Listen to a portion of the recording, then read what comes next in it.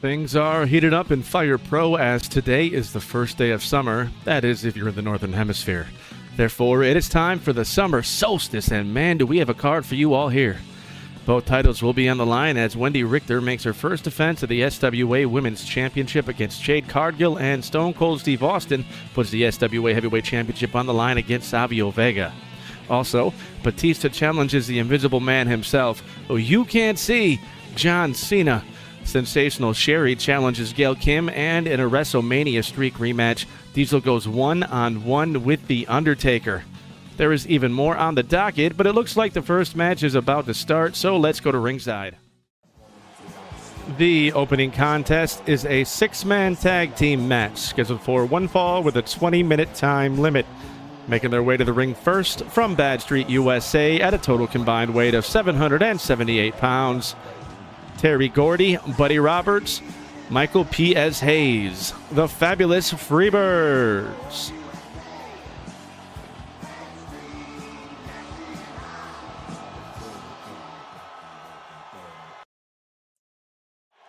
Their opponents, representing the Heenan family at a total combined weight of 1,074 pounds, King Kong Bundy, Big John Studd, and Harley Race.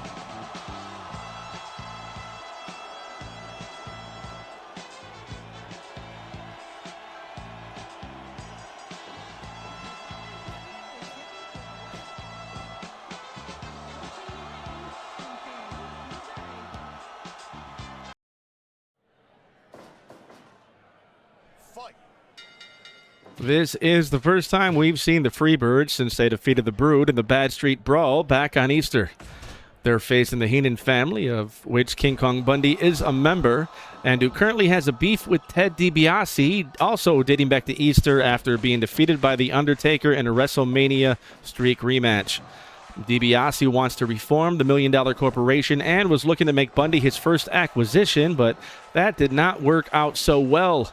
And now that King Kong Bundy is under the management of Bobby Heenan, who you see at ringside, Heenan has been trying to convince the $1 Million Man that he is perfectly safe from King Kong Bundy, but who can really control Bundy? Bundy's currently on the apron as we have Michael Hayes right now going up against Big John Studd. Studd made his debut back in February.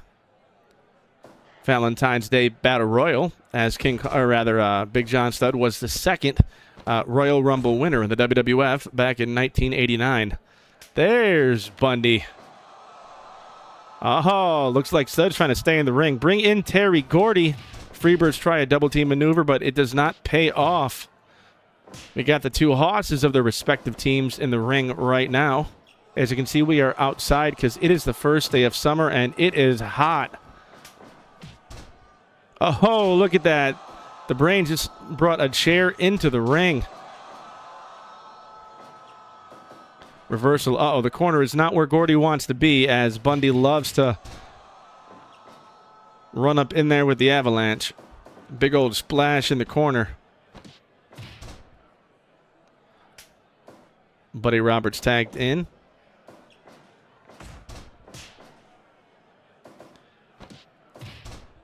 Now, I don't know if that was a good idea. First cover of the match just gets a 1 count.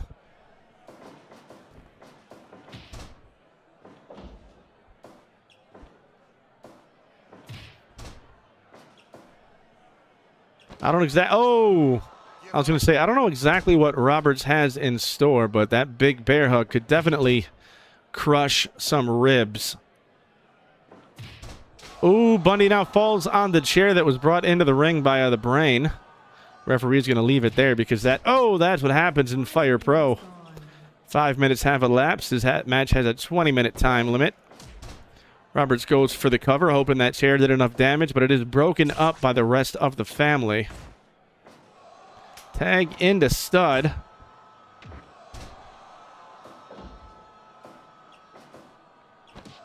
Back to the bear hug. The Freebirds realize that Roberts is in trouble, so they come in.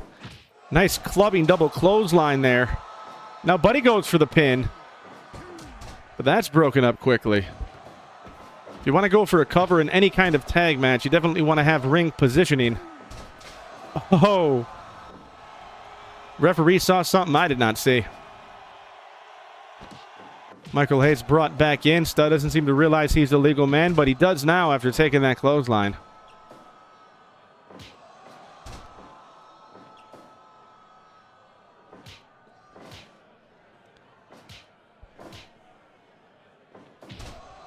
Oh. Hayes now goes for the cover, but Stud kicks out right away after winning that striking battle. I believe this is going to be the first time we see Harley race in this match legally. Oh, DDT from Hayes, but not on the legal man. Michael Hayes just falls right on the edge of that chair. Now we're seeing a submission attempt here by the former 8-time NWA World's Heavyweight Champion and WWF King of the Ring. Matter of fact, it was under the tutelage there, the guidance of Bobby Heenan, that Harley Race was the WWF King of the Ring. Oh, now we have a light tube in the ring.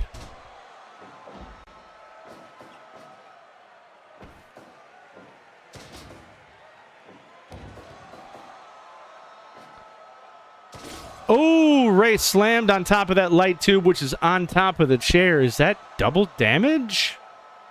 Perhaps.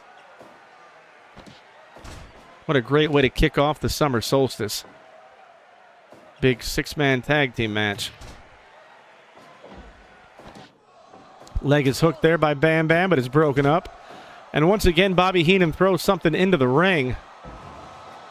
Oh! Gordy, that's almost a 300-pound man that John Studd just lifted and held right over his shoulder for that Canadian-style backbreaker. Double leg takedown. What has Race got in store? Oh, he's going to bring in the bigger man, Bundy. We got about 700 pounds legally in the ring there.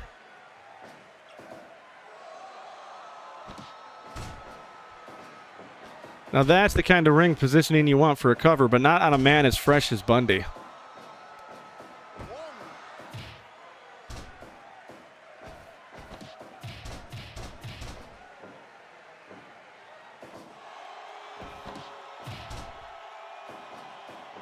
Bundy goes for the cover.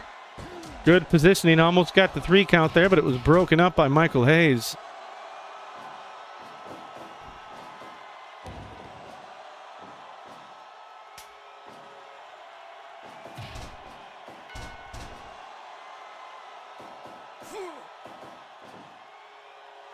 Oh, of course, Heenan had to get involved physically at some point, distracting the referee as Bundy was being covered.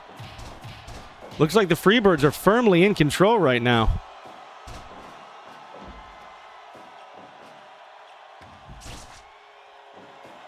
DDT by Michael Hayes and the cover. Oh, Bundy was able to kick out of that just barely.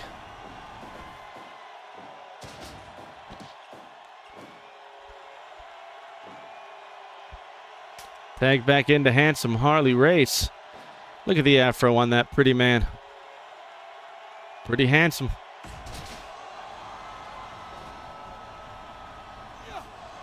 Diving headbutt. He's won many a match with that move, and he might win this one here.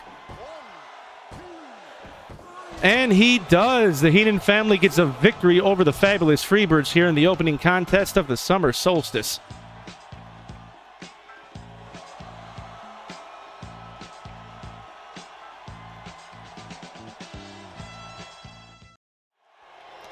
The second contest is a tag team match scheduled for one fall with a 20-minute time limit. Making their way to the ring first from Japan, weighing 455 pounds, Pat Tanaka, Kato, the Orient Express.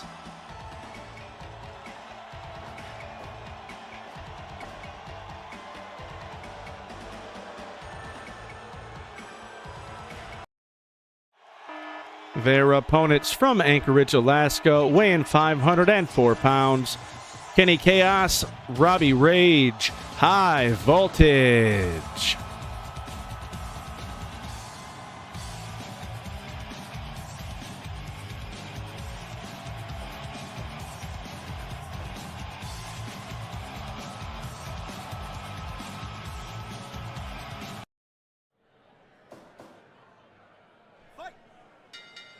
From the beginning in Fire Pro Wrestling, Mr. Fuji had his influence, what with Demolition. But thanks to the Road Warriors, Demolition is no more. That seems fine. However, as for Mr. Fuji, because he brought in the Orient Express as well as Yokozuna back in the Battle Royal to fill out his ranks. Right now we have High Voltage facing the Orient Express, and we are officially in summer. For those who do not know, summer is tournament season in Fire Pro, so all the tag teams are vying for position, as inevitably we will crown our first SWA tag team champions. Mr. Fuji is watching there at ringside. Nice spinning back kick there, but it's not enough to take down Robbie Rage. There's a bit of a size discrepancy. Looks like Rage has about 40 pounds on the smaller Kato. But Kato does have the quickness and that martial arts ability. Oh, Robbie oh, here we go. I love when this happens in the simulation. Looks like Kato really wants to keep things outside, though, and Fuji might get involved. There's a chair in the hands of Pat Tanaka, but it's no good. Here in Fire Pro, we have a 10 count as opposed to the default 20 count, given the Fire Pro Wrestling World game. Shout out Carlzilla for the mod pack that allows this. Robbie might want to get back in the ring, and he does at the 7. Now we have a strike exchange. Kato slowly gets pushed back to the center of the ring, but he holds his ground, goes for a cover, which doesn't even get a 1. Pat Tanaka comes in, and does Kenny Kaos? I don't remember which one is which. You know, you would think I'd know that as the commentator. I'm getting old and forgetful. But what I'm not going to forget are the 2 championship matches later on tonight. That's Jade Cargill challenges Wendi Richter for the Women's Championship, and Savio Vega, who has been a bit of a thorn in the side of Stone Cold Steve Austin, is going to be facing him for the Heavyweight Championship. There are a number of tag teams, and as I mentioned, there will be a tag team tournament coming up shortly. Nice elbow drop there by Pat Tanaka. Pat Tanaka was a former tag team champion, but that was in the AWA, where he teamed up with Paul Diamond as Bad Company. Nice double underhook reversed into a back body drop, and one half of High Voltage is going outside of the ring. You might say he's grounded. Uh-oh. 2, 3. Oh, gotta love those glitches, baby. I really don't want to see this match end up in a double countout. Looks like it's not going to, as both legal men are back in the ring. And both men tag out to their partners. Continuity is the key. Ooh. A beautiful martial arts kick there.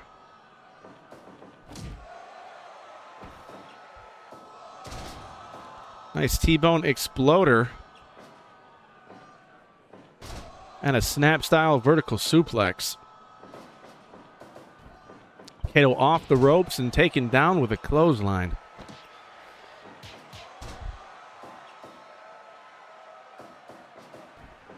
These were both 2 undercard opening tag teams in their respective promotions. The Orient Express being that of early 90s WWF, and High Voltage mid to late 90s WCW. They had a little bit of success. Leg is hooked. Oh, not enough. Both are looking to have even more success here in Fire Pro, especially with the word of a tag team championship being determined shortly. It is tournament season here. Running power slam. Does not want to go for the cover, though. Probably wants better ring positioning before he goes for the cover. That's completely understandable. But that positioning is going to be nullified as we get a double team. Oh, maybe not. Oh! Pat Tanaka is in no man's land right now. He might be seeing birds. And he might also have a broken jaw.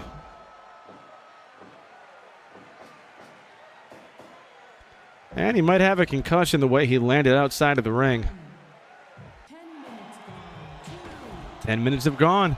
This match has a 20-minute time limit. I really don't want to see this match end up with a double countout. I would prefer there be definitive winners here in Fire Pro.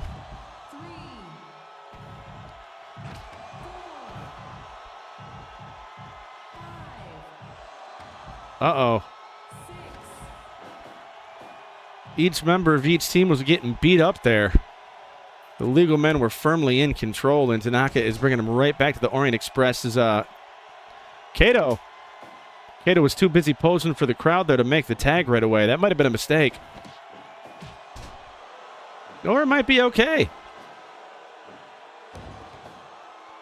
Head-to-head contact. Double team. Oh, pump kick.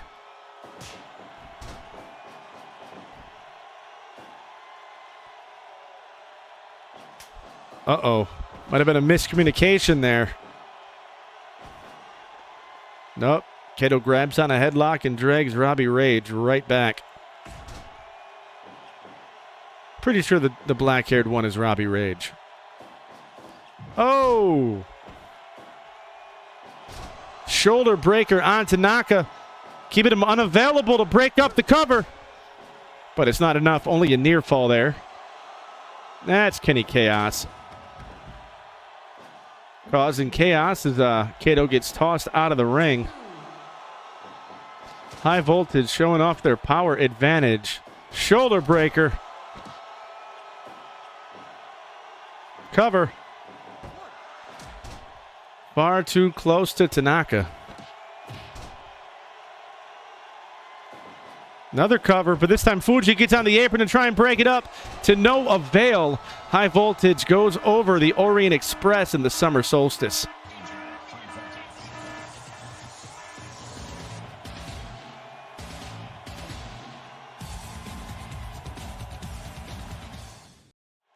The third match is a tag team match, scheduled for one fall with a 20-minute time limit. Making their way to the ring first from Chicago, Illinois, at a total weight of 577 pounds, Hawk and Animal, the Road Warriors.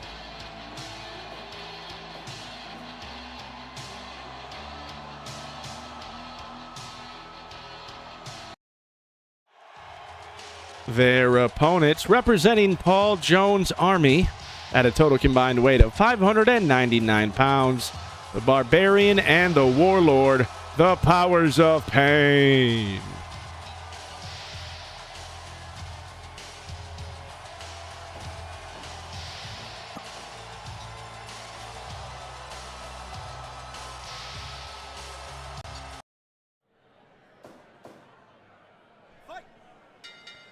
We just had one tag team match, and now we have another, as both these teams, the Road Warriors and the Powers of Pain, are jockeying for position, as we will have a tag team tournament in the near future here in Fire Pro. Both these teams are from the 1980s, both very powerful, both with managers. Lateral press.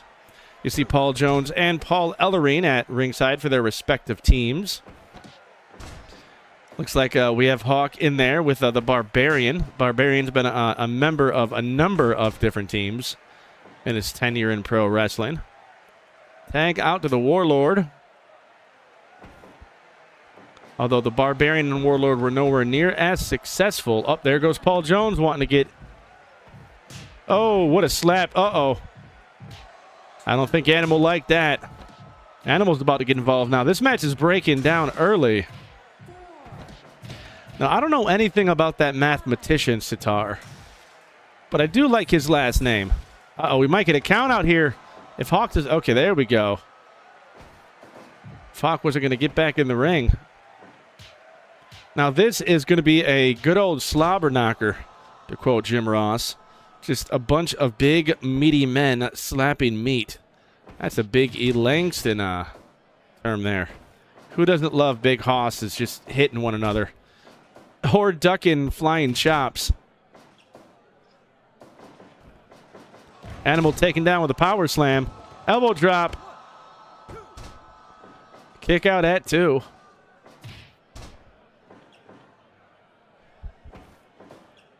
Well, these guys could easily be broken in half. Tag back out to the Barbarian. Oh! A full Nelson there. Almost a camel. Oh, and a low blow. It's a full Nelson camel clutch. Now, it was the Road Warriors that forced Demolition out of Fire Pro.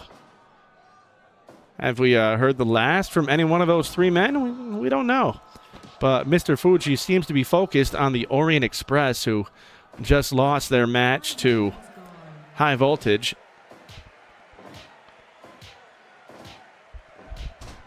Fuji seems to be over having lost Demolition, which is a bit surprising. Cover there. Oh, the double Mongolian chop was not enough, only a near fall. Hawk is going to fight back now.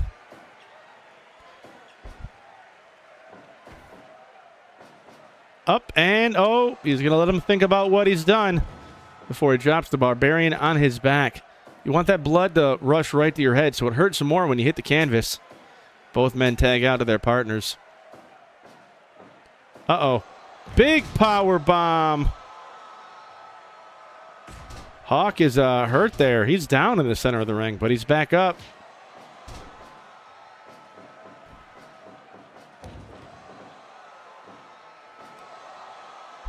Look at the power. That gorilla press and the cover. Oh, broke up at the last second. Another cover. But a kick out at 2. Oh, God. Look at those headbutts from the Tongan. The Barbarian is not Samoan. He is Tongan. And the Warlord just got crunched in the... What are they going for here? Not quite sure. I think they wanted a double team maneuver, but there was a bit of miscommunication. Hawk back in. Oh. Yeah, we'll just count that up to miscommunication. The crowd seems firmly behind the Road Warriors here. Oh! Might not be any more kids for Hawk. Big boot. And, oh, that's an illegal choke. He asked to a 5 count to release it before getting disqualified. Held on to that choke up to 3.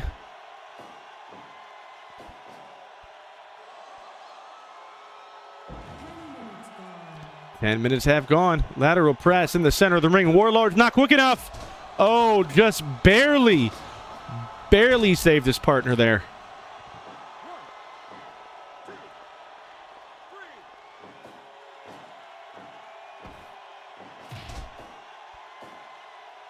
Tag back into Animal. We haven't seen a whole lot of interference here from these managers. They're just letting their teams duke it out. Right now, though, it does look like the powers of pain are firmly in control. And of course, as soon as I say that, the tide turns. Do tides turn? No, tides don't turn. Do tides... That's an alliteration. That is a tongue twister, I just said. Shoulder breaker. Leg is hooked, but that's way too close to Hawk.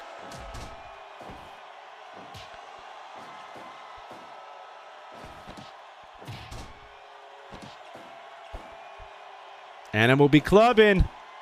Oh, there's Paul Jones distracting the referee.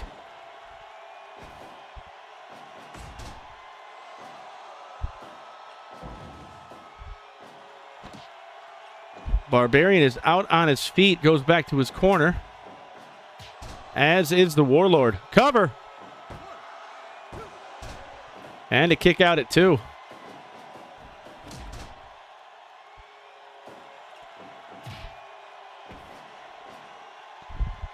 Looks like the Warlords are getting dragged all the way back across the ring. Pile driver, perhaps? No. Big power bomb. He does not want to go for the cover. Instead, he brings him even closer to Animal. But the Warlord gets up quick. Almost unable to get the tag. The Barbarian there is beating his chest like a gorilla. That might be it. No, now Ellering's getting involved here.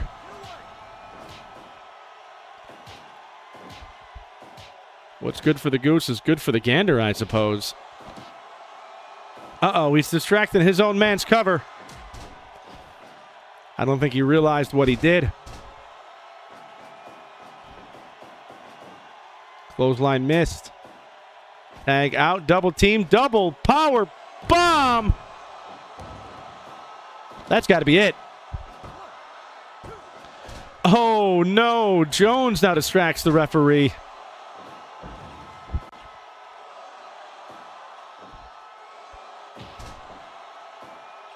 Oh, these managers, somebody has to do something about this.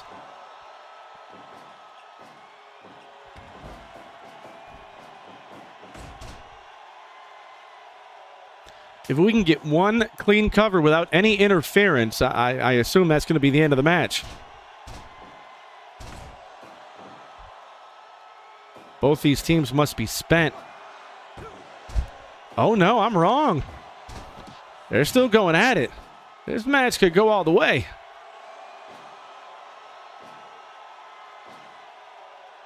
We know we're less than 10 minutes from that time limit. Elbow drop and a cover.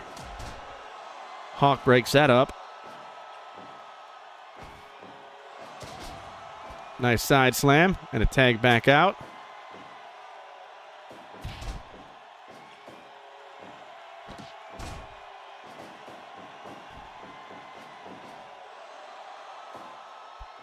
Big overhead press slam. We're going to see that again? No, back body drop this time. Leg is hooked.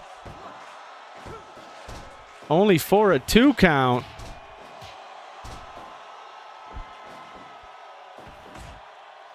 I don't even remember who's legal at this point.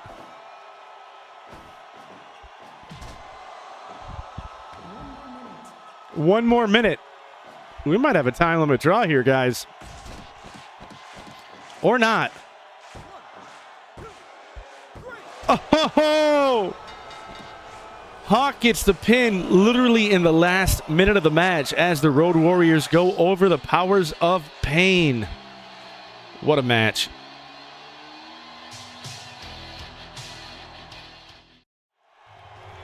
The fourth match of the night is scheduled for one fall with a 30-minute time limit.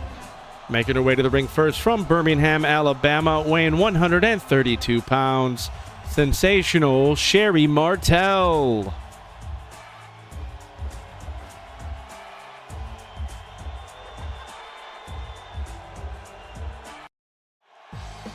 Her opponent from Toronto, Ontario, Canada, weighing 121 pounds. Gail Kim.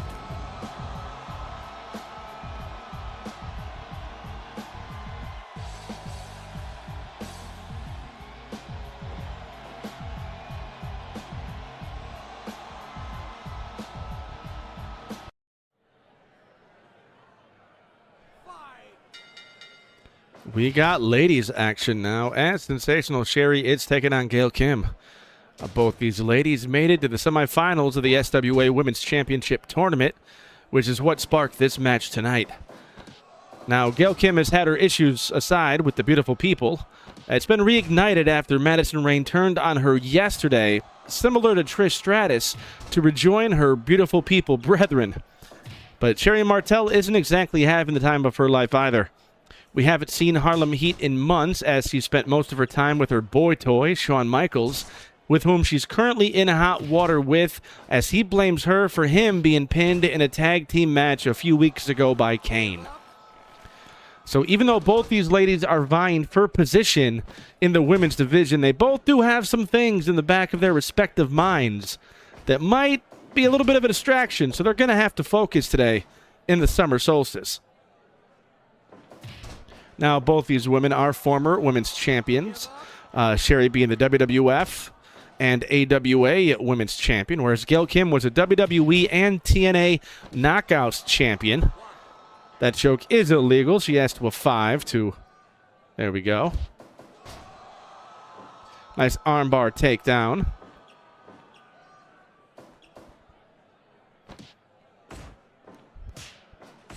Up. Strike exchange that Sherri wins decisively. Gail off the ropes into the corner. You know, Sherri has a lot on her plate, not just with Shawn Michaels, but the fact that she's trying to be a singles wrestler, a singles manager, and a tag team manager. Some wonder if Sherri is spreading herself way too thin. But if any woman can do it, I do think it's Sherri. Double axe handle there, right to the back of Gail Kim. Gail, despite having a lot of success with a really good record, just seems to come up short where it counts. Backslide. 2. Gail looking to not fall into a downward spiral here, not have a negative trend. Definitely could use a victory tonight against Sherri. Currently in control of things after that armbar takedown. 5 minutes have elapsed. This match has a 30-minute time limit. Oh! Surprised Gail still has a head. 1, 2.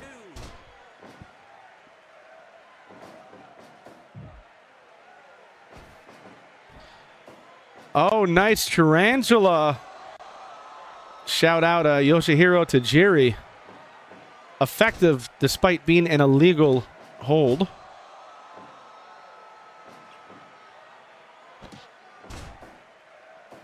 And the cover. 1, 2. Only gets a 2. Nice. Air raid. Kryptonite crunch, whatever you want to call it. Decides not to go for the pin, though. Don't know why. She should have. Oh, she wants a submission victory instead. Give up. Sherri quite close to those ropes, but unable to move.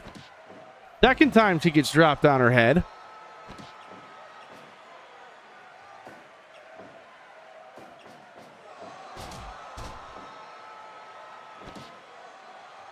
Eat defeat has to be all. No! Sherri kicks out. Give up. Give up. The intestinal fortitude on Sherri Martel. There's a reason why they call her sensational. Now, she's going for a cover, but I don't think that's going to do it.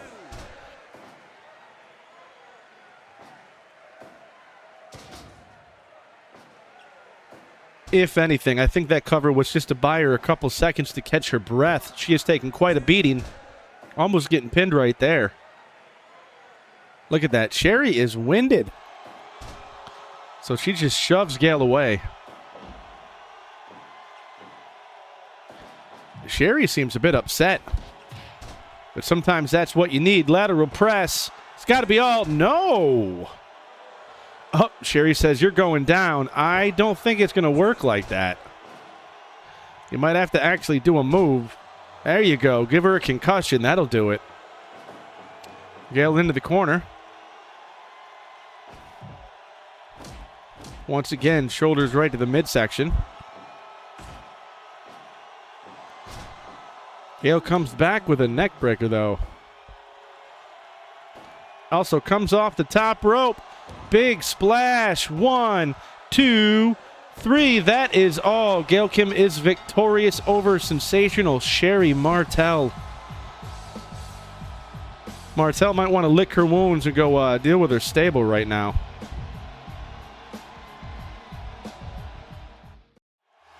The fifth match of the night is a singles match scheduled for one fall with a 30-minute time limit.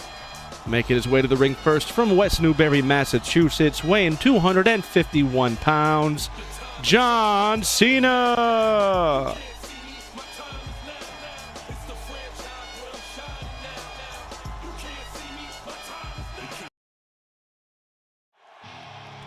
His opponent from Washington, D.C., weighing 291 pounds, the Animal, Batista.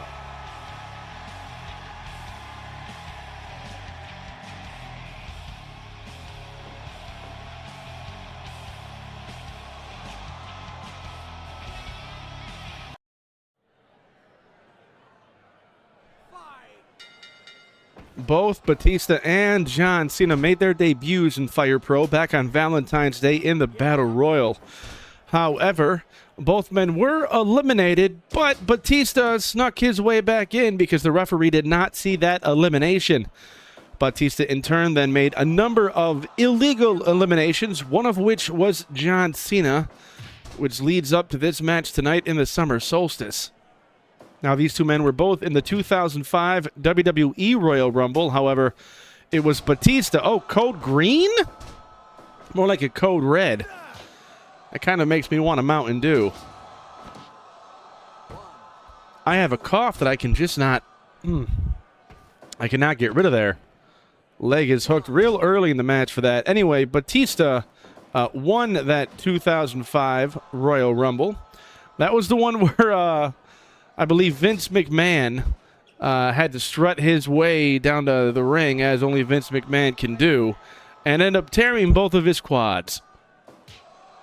Pretty interesting thing to watch. Oh, I want to do the do. There's apparently a new, like, Mountain Dew cream soda thing called, like, a Mountain Dew Dirty, or, like, a Dirty Mountain Dew, something like that. I need to find it so I can try it, because it sounds absolutely disgusting, but I still want to try it. Lateral press by Batista. Cena kicks out at 2. John Cena just recently retired. 2 leg is hooked only for a near fall again. This is being recorded post Backlash, which I think John Cena was a host of again. I know he hosted the most recent WrestleMania. Of course, Batista's been out of the ring for a while. He is focused on his Hollywood career. Must have made a killing in the Guardians of the Galaxy franchise, as Batista is now a member of the MCU. Nice double leg takedown, a bit of a spine buster there. Both men are quite powerful. However, Batista does have a size and, dare I say, maybe a power advantage as well. Nice hip toss there where he just lands on his butt. Why is a Batista? I don't know. Oh, my. Corner stunner. A fuck you to Batista. Leg is hooked. 2, 3. No! Batista kicks out. I'll be damned. Up. And a Batista bomb. He returns right with it. Cena kicks out as well. Both these men kicked out of their big moves. I'm starting to think this is personal, not just because that Battle Royal in February. We got a Thez press. Oh. A second FU. Leg is hooked. 1, 2, 3. No. Oh. Unbelievable. Anyway, Butt Lice, you did not honk. Now we have the STFU. The shut the fuck up. AKA the step over toe hold face you. Pretty sure I got that fucked up. A second Batista bomb. 1, 2, 3. Oh, that was enough in a quick match. Both men just threw it all on the table, and Batista wound up being the only man eating. I mean, he didn't need John Cena. He ate the food that was on the table. Yeah. The following contest is scheduled for one fall and is a WrestleMania streak rematch. Making his way to the ring first from Detroit, Michigan, weighing 328 pounds, Big Daddy Cool Diesel.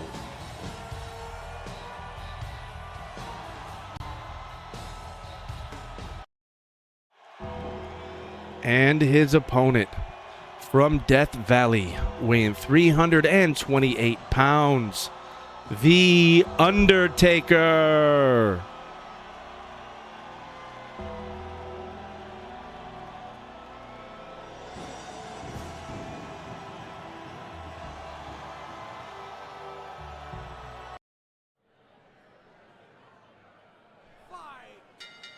I really do want to try that dirty Mountain Dew.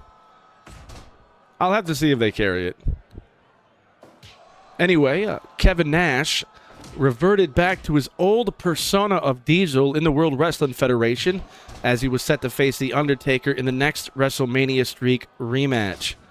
These two went one-on-one back at WrestleMania 12 in 1996, where The Undertaker defeated Diesel. This was another match before they officially announced that he actually had a streak going. But 3 weeks ago, prior to this match, The Undertaker and his half-brother Kane defeated Diesel and Shawn Michaels in a tag team match. That is part of the beef that Shawn Michaels has with sensational Sherri right now, but that's beside the point. Paul Bearer seems to want The Undertaker to team with his half-brother Kane more regularly, especially now that there is a word of a tag team tournament coming up soon. But The Undertaker is still focused on these WrestleMania Streak rematches.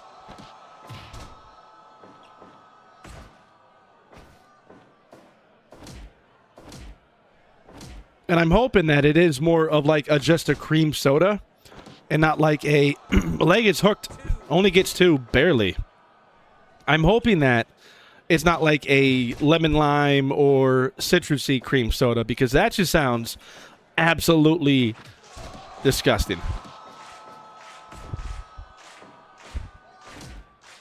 Now, why this match even happened in the World Wrestling Federation is because Kevin Nash lost his World Wrestling Federation Championship to Bret Hart at Survivor Series 1995. And that took Diesel down a dark path.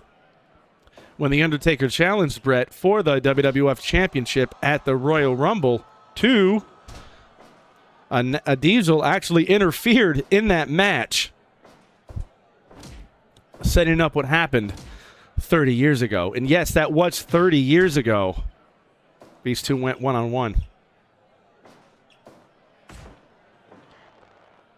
But now it's 2026. It is the summer solstice. Undertaker just ran right into the referee and his head is busted open. That's a big head hitting a little head, and the big head won. Hope this doesn't end up in a disqualification. That is not something that we want to see.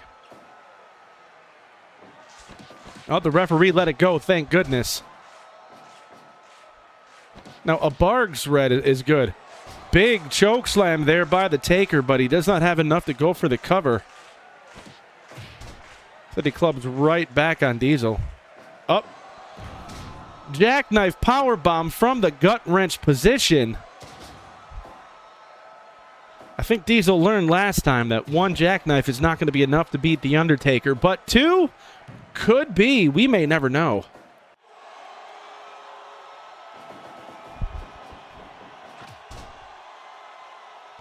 Both men are about 7 feet tall. Undertaker can levitate outside of the ring. Apparently, that is the power of the dead man. The power of the Phenom. Gonna have to change his entrance theme to Eddie Money. If I can walk on water. Oh, or he get his tombstone, Diesel. That'll do the trick. 2, 3. No. Whoa, no. Nash kicked out of the tombstone.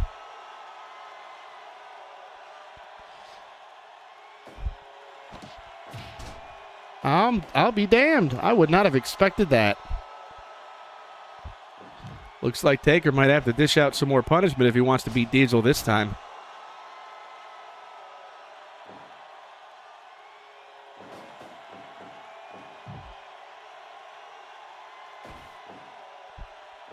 And I totally forgot to give out any points for anybody who voted on the last match. And I completely forgot to set up the voting on this match. Clothesline by The Undertaker. Bigger clothesline by The Undertaker. And the cover. 1, 2, 3. No! Another big clothesline. Made Nash just flip over. That's a big 300-pound man. You're making to a backflip in the ring there.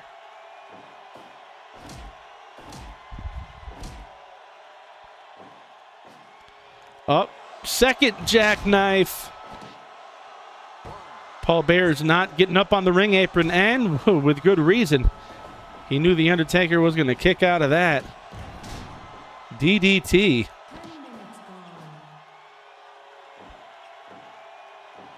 Up. A second tombstone. That's got to be all, folks. And it is. The Undertaker retains his undefeated streak and can move on to the next WrestleMania streak rematch.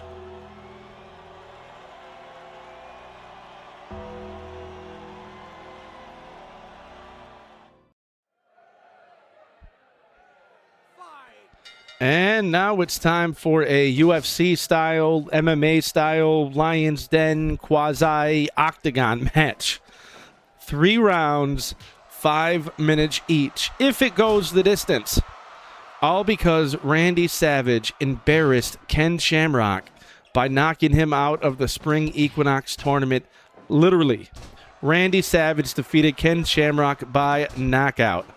That enraged the former UFC Superfight champion, who in turn has challenged him to this octagon match, or what the WWF kind of referred to as a Lion's Den match. Except back then it was a Shamrock versus Owen Hart, not Shamrock versus Randy Savage.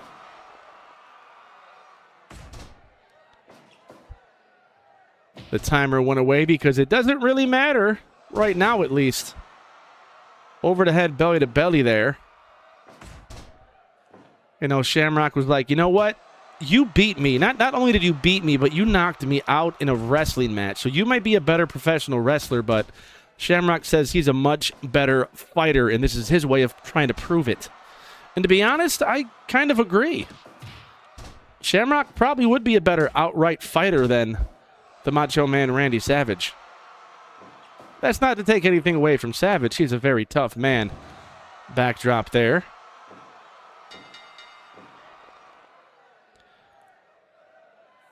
Apparently, I forgot to make these rounds 5 minutes. I thought I did. Round 2. Oh, that's a booker mishap. You know what? We're gonna let it ride though. Vertical suplex. I don't honestly even know how many rounds this is going to have then. Might have 3, might have 5. Who the hell knows? Oh, German suplex. Well, looks like he's only going to have 2 as Ken Shamrock just knocked out the Macho Man Randy Savage via a German suplex in this octagon match.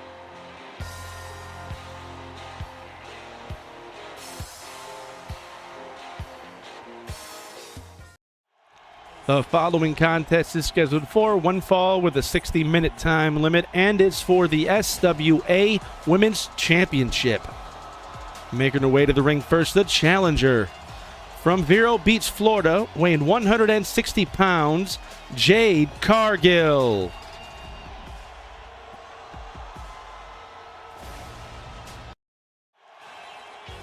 And from Dallas, Texas, weighing 141 pounds, the SWA Women's Champion, Wendi.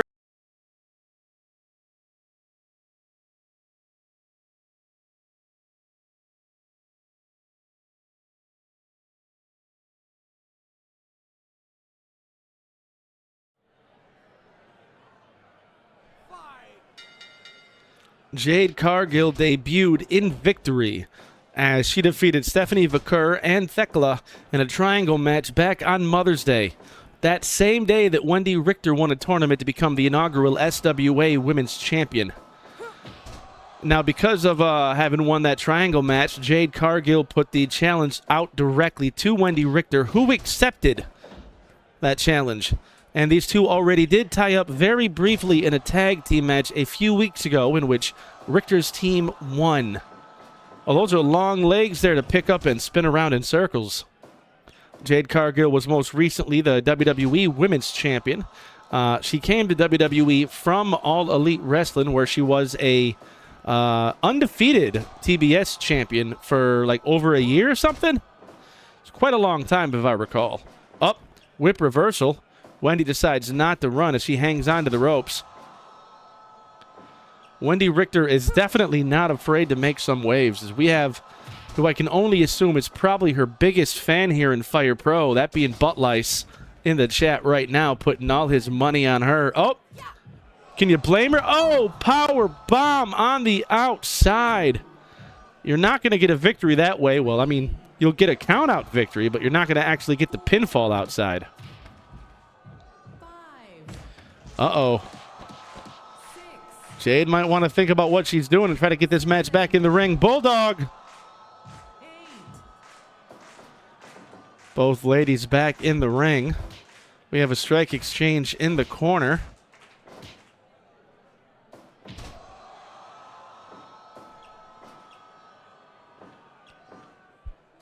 Wendi Richter already taken out a number of large opponents prior to being challenged here by another large one in Jade Cargill. She had defeated both Mad Maxine and in the finals of that SWA Women's Championship tournament, Rhea Ripley, who we've not heard from since. Rhea Ripley had been knocked out in that match with the powerbomb.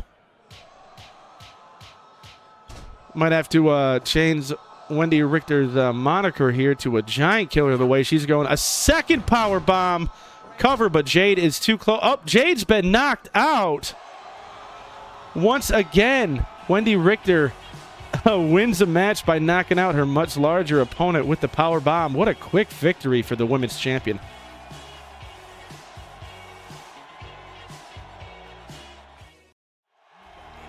The main event is a singles match scheduled for one fall with a 60-minute time limit, and it's for the SWA Heavyweight Championship. Making his way to the ring first from the Bronx, New York, representing Los Boricuas, weighing 246 pounds, Savio Vega.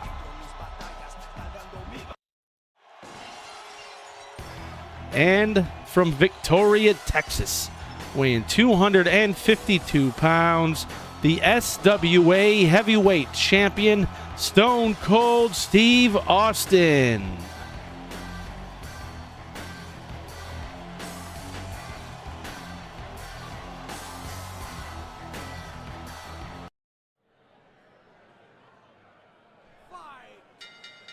I must have misclicked somewhere if all you got was your points back, Butt Lice. I'll try to remedy that.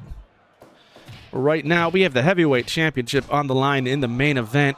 Stone Cold Steve Austin making his first defense against Savio Vega, a man whom pinned Austin prior to him becoming the Heavyweight Champion, which is what entitled him to this challenge. The Austin beat up all the other members of Los Boricuas only to lose to Savio Vega. And these guys have been feuding ever since. This time the title's on the line. Lateral press. Wonder if this match is going to go as quickly as the Ladies' Championship, of which apparently I forgot to give Butt Lice's points. Got a double wrist lock there. Kimura. Now, Savio and Vega are no strangers. Savio Vega and Austin are not strangers to themselves, as they did feud. Matter of fact, it was the Ringmaster's first feud in the WWF when he joined up under Ted DiBiase in early 1996. The same WrestleMania, in fact, where Diesel faced The Undertaker, did Stone Cold Steve Austin face Savio Vega. No, it should still be a one-to-one payment, Butt Lice. Spinning kick was blocked by Austin. Right now, Savio is firmly in control in the early portion of the match.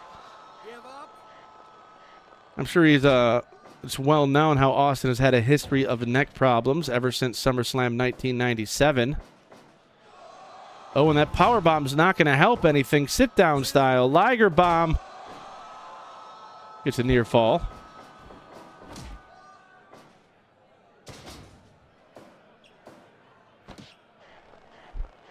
Is Austin bleeding? Looks like he might have a slight cut above his eye.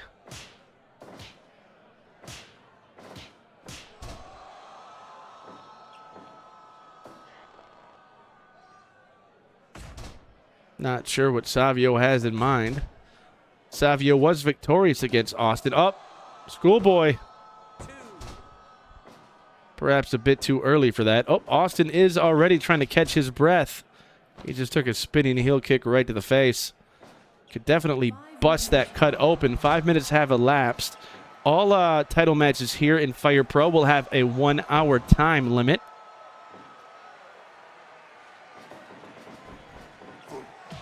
Oh, Spinning heel kick. But Austin has that fighting spirit that you only get from Japanese simulation games. He blocks that second spinning heel kick.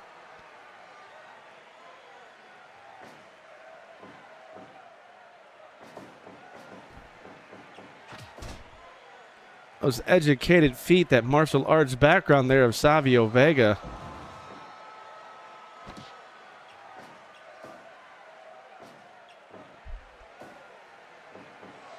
Right now he's firmly in control, but Austin still has that fight in him.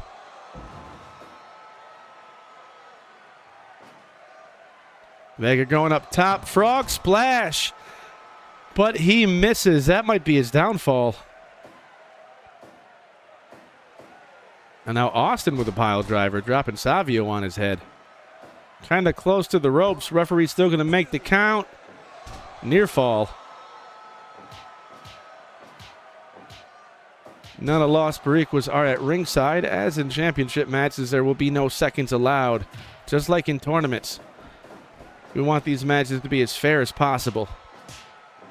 Equal competitors on equal footing.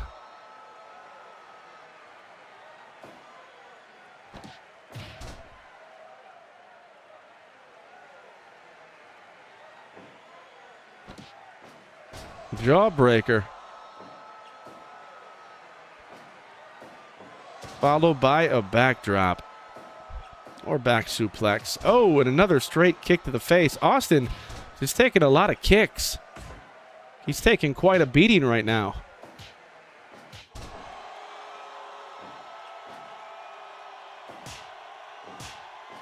Now, back to their history between these two in the World Wrestling Federation. It was actually Savio Vega that got Ted DiBiase kicked out of the World Wrestling Federation in May of 1996. And that's right before Austin happened to win the 1996 King of the Ring. You know, initially he came in as the ringmaster, but that just really wasn't working out for him. 10 minutes have gone by.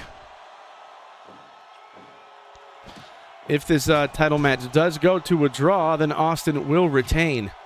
If you want to win any championship here, you actually have to defeat the champion, not just go the distance.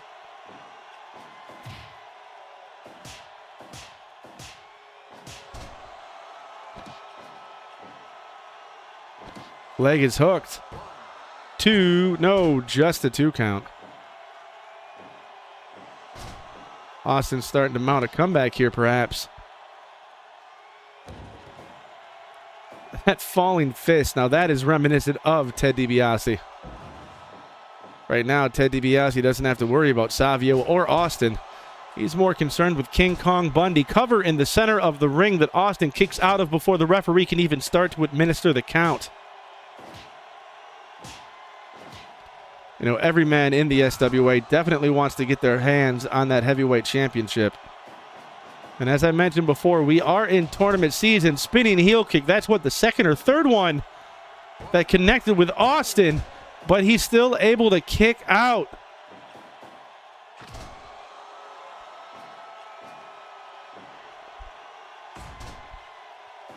Cover. How does Austin still have enough? Savio must wonder what he has to do here to put down Austin and win the heavyweight championship. Especially after that sit-down powerbomb does not lock it down. I'm surprised here. Austin's taking a hell of a beating.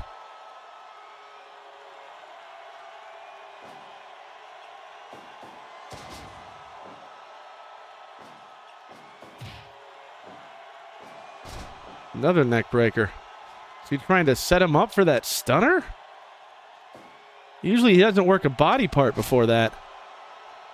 This is more reminiscent of when he was the ringmaster, wearing down his opponent. Multiple neck breakers. Austin takes one shot and just collapses, but he can't. Oh my. This is a hell of a main event here we have for the Summer Solstice. But hey, both men know what's on stake here. Both edits want that belt. Oh! Diving cross body.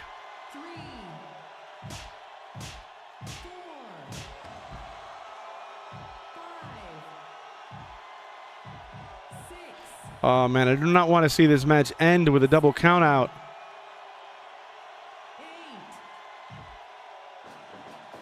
And both men are back in at the 8.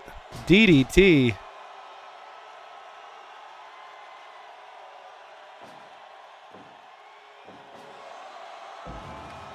Up. Austin taking it right outside the ring again. Uh-oh. Savio's flying. Suicide dive right through the ropes. Oh, Austin grabs a chair now. Doesn't want to get disqualified.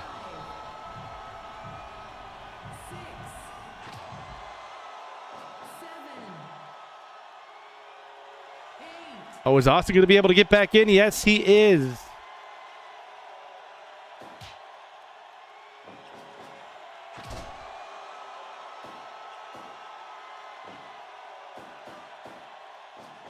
Reversal of that vertical suplex. This is a hell of a main event, guys. Holy shit. I am feeling this. Austin's starting to fight back. Back elbow.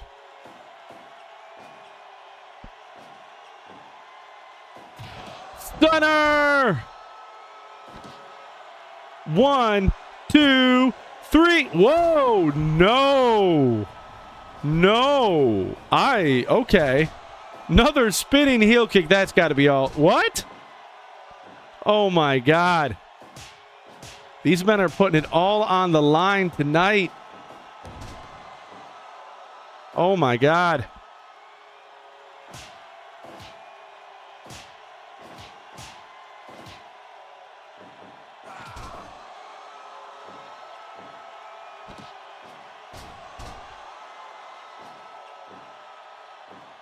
Another stunner. And the cover. 1, 2, 3. Oh, my God. Stone Cold Steve Austin retains his SWA Heavyweight Championship to end the summer solstice. What a match. This is what I want to see in my Fire Pro Wrestling, folks. I am Benoit, signing off. Till next time, keep on simming.